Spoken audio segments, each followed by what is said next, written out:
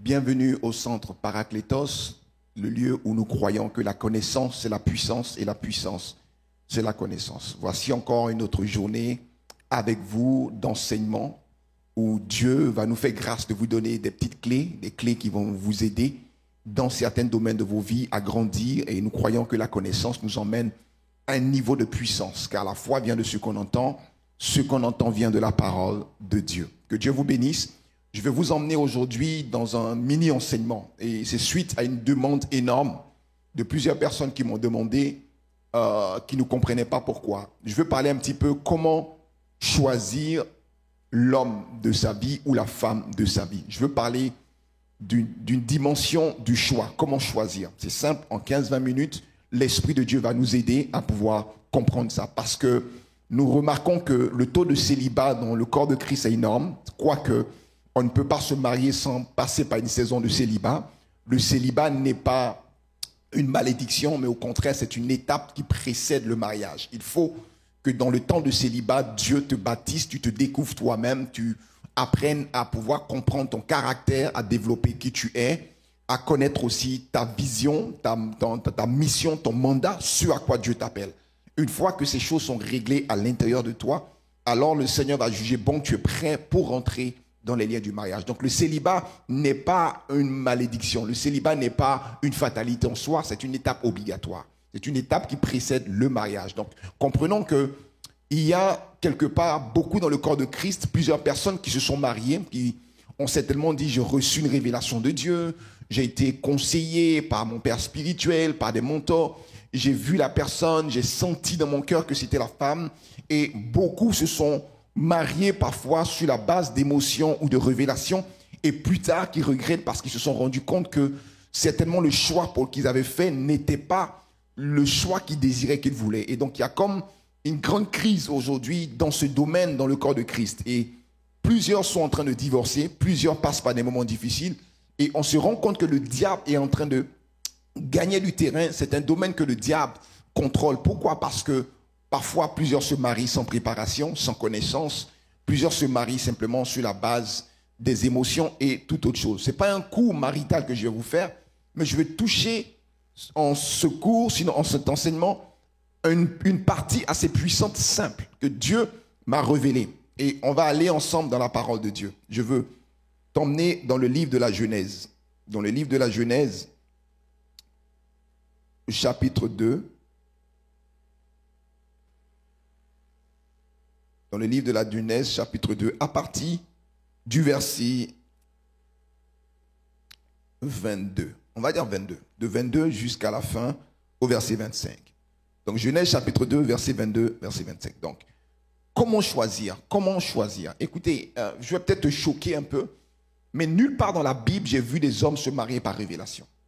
Une seule personne a dû rentrer dans les liens du mariage par révélation, c'était le serviteur de Abraham qu'on appelle Éléazar, parce que Éléazar allait choisir une femme pour le fils de son maître. Donc quelque part, il ne connaissait pas le choix d'Isaac. Il n'avait pas forcément, il n'était pas dans le cœur d'Isaac. Donc il a demandé l'assistance du ciel pour faire réussir son voyage, parce qu'il avait été mandaté par son maître Abraham pour aller chercher une femme pour son fils. Parce que Abraham ne voulait pas que son fils puisse se déplacer de peur qu'il ne se fasse tuer durant le chemin.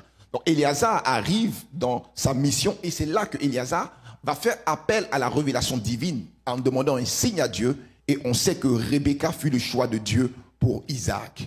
C'est la seule partie. Mais quand vous lisez la plupart du temps dans la parole de Dieu, vous voyez nulle part que quelqu'un s'est marié par révélation. Donc, dis qu'aujourd'hui j'ai besoin que Dieu me parle, j'ai besoin d'une révélation pour m'introduire dans les liens du mariage. Je ne sais pas, mais ça laisse un sujet à discussion et à compréhension. Quand vous voyez, par exemple, Jacob qui arrive près du puits, qui voit Rachel, il tombe amoureux de Rachel, tout de suite son cœur est pris pour Rachel, il s'attache à Rachel. Vous voyez Moïse qui arrive dans sa fuite à Madian, il voit Séphora, il s'attache à Séphora. Vous voyez par exemple Joseph qui est élevé dans le rang de premier ministre, Pharaon lui donne une femme. Et quelle femme? C'est la fille du prêtre vaudou, du prêtre sorcier, le plus grand prêtre de toute l'Égypte, on lui donne pour femme. Vous voyez que la plupart des mariages, quand vous prenez Boaz et Ruth, quand vous prenez Esther Et le roi, quand vous voyez toutes ces femmes qui se sont mariées dans la parole de Dieu, ou ces hommes qui se sont mariés, vous ne voyez nulle part que des gens ont pris des temps de jeûne, des temps de prière pour avoir une révélation de savoir qui est l'homme ou la femme de sa vie. Et c'est un petit peu quelque part un sujet problématique dans le corps de Christ, parce que plusieurs sont en train de chercher une révélation, en train de prier, en train de chercher Dieu pour rentrer dans le choix du mariage. L'une des conditions bibliques que Dieu donne par rapport à la loi des mariages dans l'Ancien Testament, il dit ne prenez pas de femme étrangère. Donc la seule condition que Dieu donne, c'est de ne pas épouser une femme étrangère, une femme qui n'a pas l'alliance d'Adonai, une femme qui n'est pas en alliance avec Dieu, une personne qui est hors des principes de Dieu, qui ne parle pas le même langage spirituel que toi, qui n'a pas les mêmes valeurs culturelles, émotionnelles, spirituelles que toi, qui en fait quelqu'un qui ne connaît pas Dieu. C'est la seule loi que Dieu donne. Et on voit comment dans la parole de Dieu, le Seigneur n'était pas content lorsque Israël allait vers des femmes étrangères. On a vu le cas de Salomon qui a épousé des femmes étrangères et qui a introduit toutes sortes d'idolâtries, d'adoration des faux dieux en Israël. Comment choisir l'homme de ma vie? Peut-être que tu m'écoutes en ce moment, tu as des propositions, il y a des personnes, tu ne sais pas. Est-ce que c'est Bernard? Est-ce que c'est Jean? Est-ce que c'est Sophie? Est-ce que c'est Marguerite? Est-ce que c'est telle ou telle personne? Je ne sais pas. Et on est comme dans la confusion. Et beaucoup, à cause de cette confusion, fait que l'Église, le taux de mariage ou d'engagement est de plus en plus bas. Et les gens ont peur. Et ceux-là même qui se sont engagés regrettent. Je vais t'aider avec une petite clé en ce matin. La Bible dit, Genèse chapitre 2, verset 22. L'Éternel Dieu forma une femme de la côte qu'il avait prise de l'homme. Il l'emmena vers l'homme. Il l'emmena vers l'homme. Donc Dieu crée des circonstances, Dieu crée un principe d'attraction spirituelle où est-ce que dans ton environnement, là où tu te trouves, Dieu prépare l'homme ou la femme de ta vie. C'est très important. Dieu l'emmena. Donc Dieu emmène la femme vers l'homme. Juste au passage, une petite parenthèse. En fait, si tu as une sœur ou qui est en train de prier, une sœur qui prie, au lieu de dire Seigneur, envoie-moi mon mari, dis plutôt Seigneur, conduis-moi vers mon mari. Parce que la Bible dit c'est Dieu qui prend la femme et conduit la femme vers l'homme. Donc quelque part, si tu dois prier pour que Dieu te donne un homme, dis plutôt au Seigneur, Seigneur, conduis mes pas vers l'homme que tu as choisi pour moi. Introduis mes pas vers l'homme que tu as choisi pour moi. Connecte-moi à l'homme que tu as choisi pour moi. Permets que je puisse faire cette rencontre de l'homme que toi as choisi pour moi. Et non que moi j'ai choisi, mais que toi tu as choisi pour moi. Donc si c'est Dieu qui choisit, il faut laisser le Saint-Esprit créer la rencontre, te conduire vers l'homme. Je referme la parenthèse. La Bible dit, et l'homme dit, voici cette fois celle qui est les os de mes os et la chair de ma chair. On l'appellera femme parce qu'elle a été prise de l'homme. Vous voyez, c'est très important. On l'appellera femme parce qu'elle a été prise, elle est sortie de l'homme. C'est pourquoi l'homme quittera son père et sa mère. Suivez bien, j'arrive quelque part, je vous donne une petite clé. Je vous ai dit, ce n'est pas un enseignement marital, mais c'est une clé qui m'a permis de pouvoir comprendre certaines choses et d'aider beaucoup de personnes par la grâce de Dieu. C'est pourquoi l'homme quittera son père et sa mère et s'attachera à sa femme. Ça, c'est très important. Le mot attaché à sa femme, et ils deviendront une seule chair. L'homme et sa femme étaient tous les deux nus, ils n'en avaient point honte. L'homme quittera son père et sa mère et s'attachera à sa femme. Il y a un principe, il y a une loi spirituelle qu'on appelle en hébreu le davak. Le davak, le mot hébreu s'attacher veut dire dabak. C'est l'image de prendre deux choses qu'on littéralement on lie, on attache, on colle. On prend une corde qu'on entoure, qu'on serre très fort. On serre tellement fort qu'on ne peut pas détacher. Bien-aimés dans le Seigneur, frères et sœurs, chers amis auditeurs, auditrices, peu importe, vous m'écoutez de l'Afrique, de l'Europe, de l'Amérique, du Canada, écoutez-moi. L'un des principes fondamentaux du choix de ton conjoint ou de ta future épouse, c'est la puissance de l'attachement. Il y a ce qu'on appelle le davak. Le davak est une dimension spirituelle de l'attachement.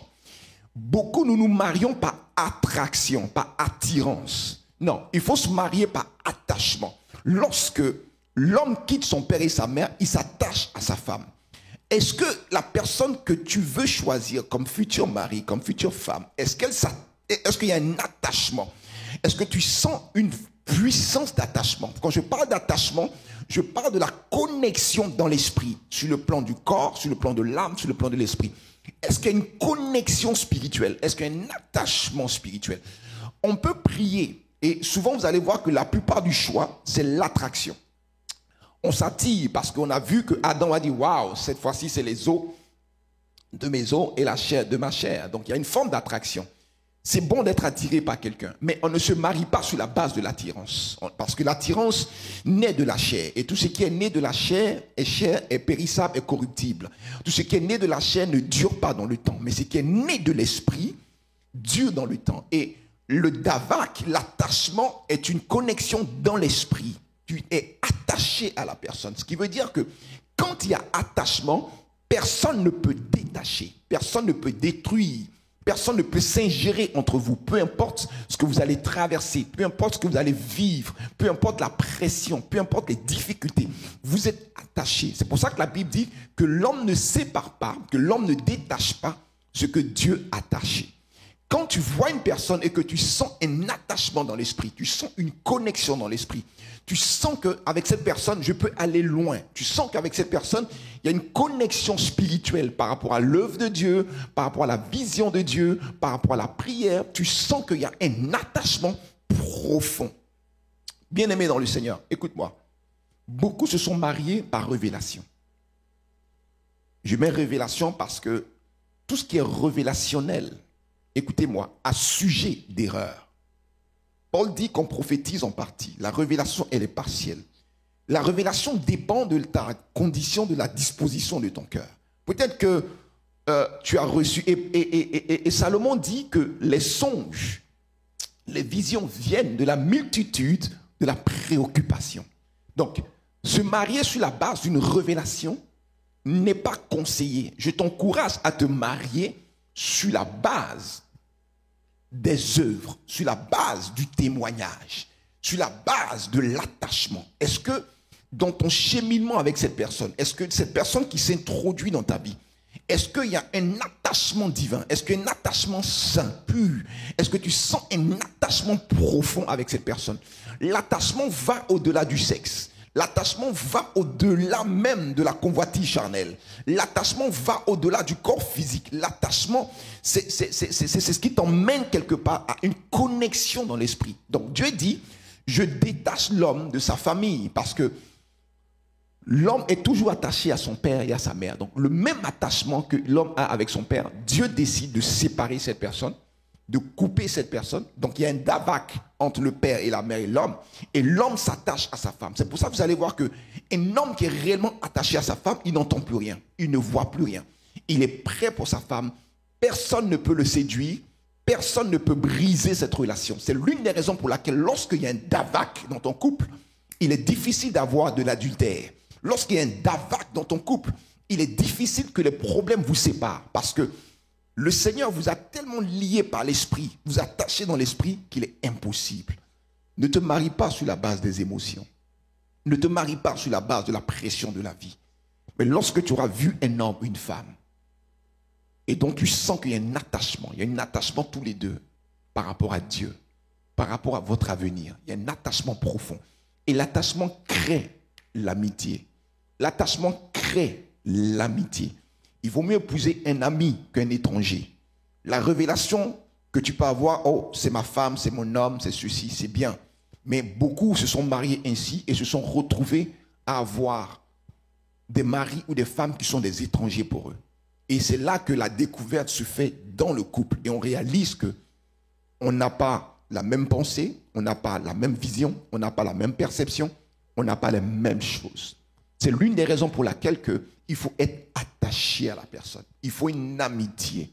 Il faut sentir qu'il y a un attachement profond. Vous savez, quand il y a un davak spirituel entre deux personnes, même s'il y a des incompréhensions, les personnes reviennent toujours parce qu'elles ne peuvent pas faire 1 ou 2 jours sans être ensemble parce qu'il y a un attachement profond. C'est avec de telles personnes que vous pouvez vous marier, vous pouvez sentir, vous pouvez aller loin. Pourquoi? Le corps physique change d'une femme, Elle peut être mince aujourd'hui, belle, élégante. Après sa première grossesse, son corps peut changer. Le corps change, les circonstances extérieures changent. Mais lorsqu'il y a un attachement profond, vous restez ensemble toute la vie. Le mariage se bâtit sur la puissance de l'attachement. L'attachement d'Abak. Donc si tu veux aujourd'hui choisir un homme ou femme de ta vie, je t'encourage à commencer à observer, est-ce que j'ai un attachement par rapport à cette personne? S'il y a un doute dans ton cœur, il n'y a pas une conviction profonde dans ton cœur, tu sens que tu peux te passer de cette personne pendant 3 semaines, 1 mois, ça ne te dérange pas, ça ne te dit rien. Tu peux faire des jours sans même sentir que cette personne a de la place pour toi. Ce n'est pas le choix de Dieu pour toi. Mais lorsque tu arrives à passer une journée, même sans que tu sens que tu as une journée de séparation, c'est dur. Dieu t'emmène dans la dimension du mariage véritable du Dabak. C'est l'une des raisons pour laquelle Jacob était attaché à Rachel. Il y avait un attachement tellement profond qu'il a dû sacrifier près de 21 ans de sa vie pour avoir sa femme. Malgré qu'il a été séduit, malgré qu'il a été trompé. La Bible dit que les 7 ans pour lesquels il avait travaillé au départ étaient comme 7 jours à cause du Davak. Le Davak t'emmène à voir une personne qui est née de toi, qui est sortie de toi. Et l'un des principes du Davak, c'est l'attachement, de sorte que ensemble, vous devenez une seule chair, dans l'esprit, dans l'âme et dans le corps, et vous avancez ensemble. Si tu ne sens pas d'attachement spirituel avec quelqu'un, peu importe les prophéties que tu vas recevoir, peu importe les songes que tu vas recevoir, sache que tout ce qui n'est pas attaché est détaché. Et tout ce qui se détache se brise. Des fois, c'est une question de temps. Ça peut se briser au bout de 15 ans, au bout de 20 ans, au bout de 5 jours, au bout de 6 jours, au bout de 6 mois. Mais dis à Dieu, emmène-moi l'homme qui sera attaché à moi. Dis au Seigneur, emmène-moi la femme de qui mon âme sera attachée pour la gloire de Dieu. Que Dieu vous bénisse et nous disons à la prochaine vidéo. Que la grâce du Seigneur soit avec vous. N'oubliez pas de souscrire à notre chaîne afin de pouvoir avoir d'autres types de clés pour vous permettre d'avancer pour la gloire de Dieu. Que Dieu vous bénisse.